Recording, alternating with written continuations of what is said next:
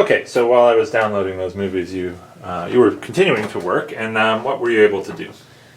So we showed that these two sides are the same length. Okay, and how might you go about doing that? What was the idea that we looked at before? So drawing in this line and showing that these two triangles are congruent. Okay. Because they share this side and then they share the right angle. All right. So essentially, either you're taking this side and kind of sweeping it over, Yeah. or what's another thing you can do instead of just sweeping it over? Folding it. Yeah, you could fold it. All right. So if you either way, the important thing is you get a right angle there. Yep. Why? Why is that a right angle there?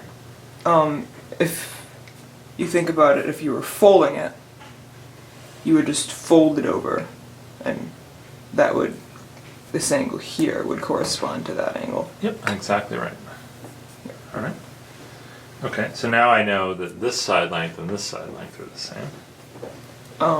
Yeah, and we also know that this small triangle and the big triangle are congruent, or no, similar. Uh-huh. So, let's see. Do we know this side is an integer?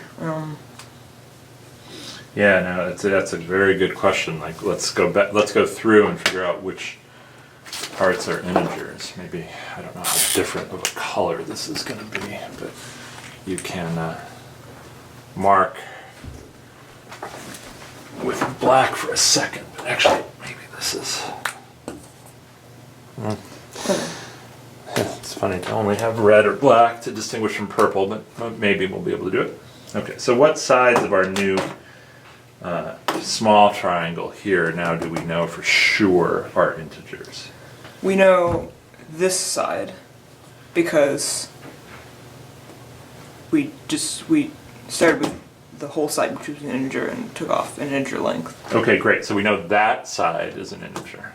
Yep. Very good, okay. So now we know that this side is an integer. This, I guess I'll call it 4. Okay, yep. Why? Because all we're doing is multiplying this side by 2 to get the length. Yeah, super. Okay, so that's awesome.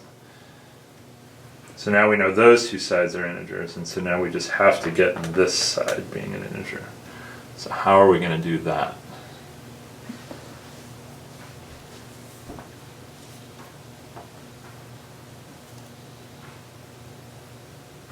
Don't think we can just assume it from the ratio. Nope. Because we know some triangles exist where not. Yeah, it doesn't come directly from the ratio. We actually have it. It's even in your diagram already why that side is an integer.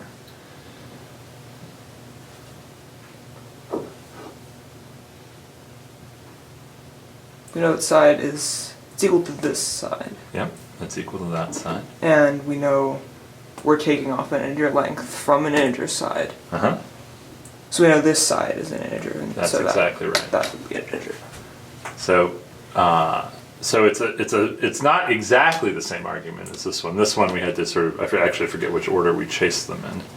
I think it was this. So first we proved these two sides were the same, then we found this, then that made that and that. Okay. So in the 30, 60, 90 triangle, first we get that, because it comes from an integer being taken off. Then we get this, because it's double. Yep.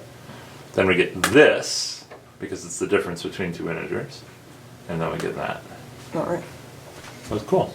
So the same proof shows that the square root of 3 is irrational, because if you assume it's rational, you can actually create a smaller triangle also with integer side lengths. Alright.